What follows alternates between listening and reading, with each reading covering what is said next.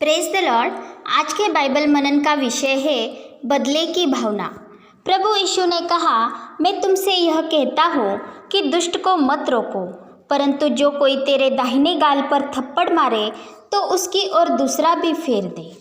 अर्थात प्रभु यीशु हमसे यह कहना चाहता है कि दुष्ट की दुष्टता का सामना दुष्टता से, बुराई से न करो और न ही बदले की भावना में रहो, क्योंकि इस जगत में भी हम खुद किसी दुष्ट को दंडित नहीं करते। हम उसे कानून व्यवस्था, न्याय व्यवस्था को सौंप देते हैं, क्योंकि हम खुद ही उसे दंडित करने जाएंगे तो न्याय व्यवस्था हमें भी दंडित करती है। तो फिर जो हमारा स्वर्गीय पिता, जो सारे जगत का न्यायाधीश भी है और जो परमोच्च स्थान पर विराजमान है, उसका काम हम क्यों अपने हाथ में लें? दुष्ट शैतान की ओर से होते हैं, क्योंकि वे उसी की दुष्ट चाल चलते हैं। वे धर्म के काम नहीं करते और न ही औरों से प्रेम से चलते हैं। परंतु इसका मतलब यह भी नहीं है कि हमें दुष्टों की दुष्टता का समर्थन करना है या उन्हें दुष्टता में ही रहने देना है, क्योंकि इफिसियों 5:11 में कहा गया है कि तुम अंधकार के निष्फल कामों में सहभागी न हो, वरन उन पर उलाहना दो, अर्थात उसका निषेध करो। परंतु आगे यह भी कहा गया है कि जितने कामों पर उलाहना दिया जाता है वे सब ज्योति से प्रकट होते हैं, अर्थात वो जगत की ज्योति जो प्रभु यीशु मसीह है, वो सब कुछ प्रकट करता है और उसी के प्रकाश में अंधकार नष्ट हो जाता है। और शैतान के अंधकार के कामों को नष्ट करने ही परमेश्वर का पुत्र अर्थात प्रभु यीशु मसीह प्रकट हुआ। तथा दुष्ट के मरने से परमेश्वर कभी भी प्रसन्न नहीं होता, बल्कि वो अपने दुष्ट मार्ग से फिरकर जीवित रहे, ऐसा वो चाहता है।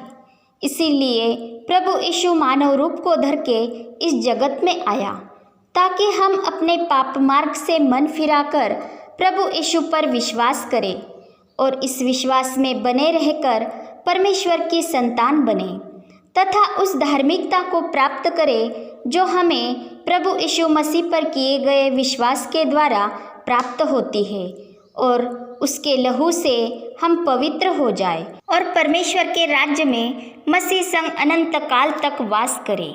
इसीलिए प्रभु यीशु कहता है, मैं धर्मियों को नहीं परंतु पापियों को मन फिराने के लिए बुलाने आया हूँ।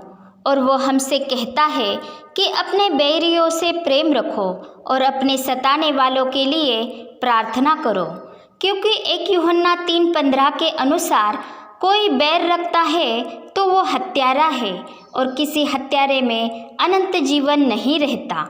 तथा यदि हम किसी से बैर नहीं रखते तो हम उस स्वर्गीय पिता की संतान ठहरते हैं जो भले और बुरे दोनों पर अपना सूर्य उदय करता है और धर्मियों और अधर्मियों दोनों पर मेह बरसाता है।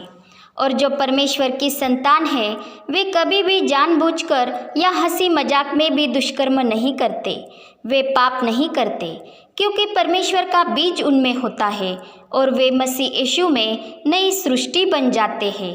वे अपने परमेश्वर से प्रेम से चलते हैं तथा एक दूसरे से भी प्रेम में चलते हैं।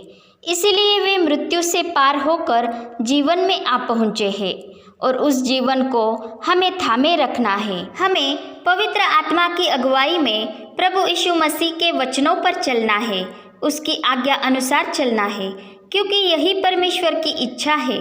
और जो कोई उसके इच्छा पर चलता है वो ही स्वर्ग के राज्य में प्रवेश करेगा, क्योंकि मार्ग, सत्य और जीवन प्रभु यीशु मसीह ही है और उसी मार्ग पर हमें प्रेम और भलाई के साथ चलना है।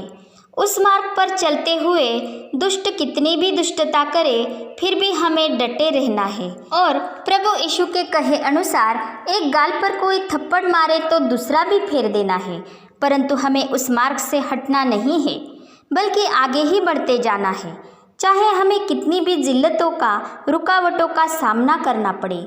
जैसे कि हमारे प्रभु यीशु ने हमें पाप, श्राप और मृत्यु के चंगुल से छुड़ाने के लिए लज्जा को तुच्छ जानकर सूली का दुख सहा और उसने अपने विरोध में पापियों का इतना वाद विवाद सह लिया और पाप से लड़ते हुए अपना लहू बहने तक उसने उससे मुठभेड़ की और वो मृत्यु पर जयवंत हुआ और तीसरे दिन मरे हुओं में से जी उठकर वो परमेश्वर के राजासन के दाहिने जा बैठा।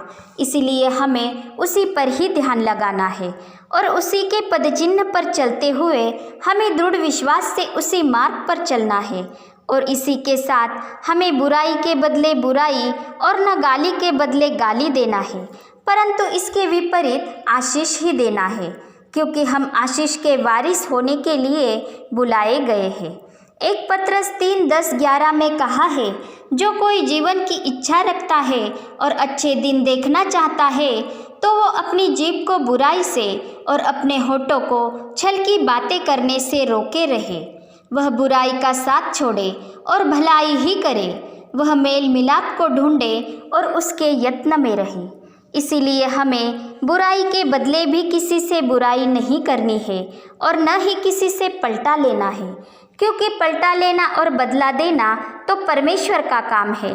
हमें तो अधर्मियों के लिए प्रार्थना करनी है, उन्हें पवित्र आत्मा की अगुवाई में परमेश्वर के पवित्र वचनों से समझाना है, ताकि मसीह यीशु का प्रकाश उन पर चमके और वे शैतान के चंगुल से आज़ाद हो जाए और उन्हें भी जीवन मिले, क्योंकि प्रभु यह नहीं चाहता कि किसी का भी नाश हो, वरन सबको मन फिराव का अवसर मिले, ऐसा वो चाहता है। क्योंकि प्रभु यीशु फिर से आने वाला है और उसका दिन चोर की नाई आएगा, अर्थात वह घड़ी कोई नहीं जानता। इसीलिए हमें तैयार रहना है, क्योंकि मनुष्यों के लिए एक बार मरना और उसके बाद न्याय का होना नियुक्त है और वो नहीं चाहता कि हम इस जगत के साथ दोषी ठहरे। इसलिए हमें बुराई को हम पर प्रभावी नहीं होने देना है, परंतु भलाई से बुराई को जीतना है, ताकि हम परीक्षा में न पड़े और अंत तक धीरज धरकर प्रभु यीशु के प्रेम में, उसके विश्वास में, उसके वचनों में बने रहे। पिता परमेश्वर का प्रेम, प्रभु यीशु मसीह का अनुग्रह और पवित्र आत्मा की सहभागिता हम सभी पर बनी रहे। आमीन।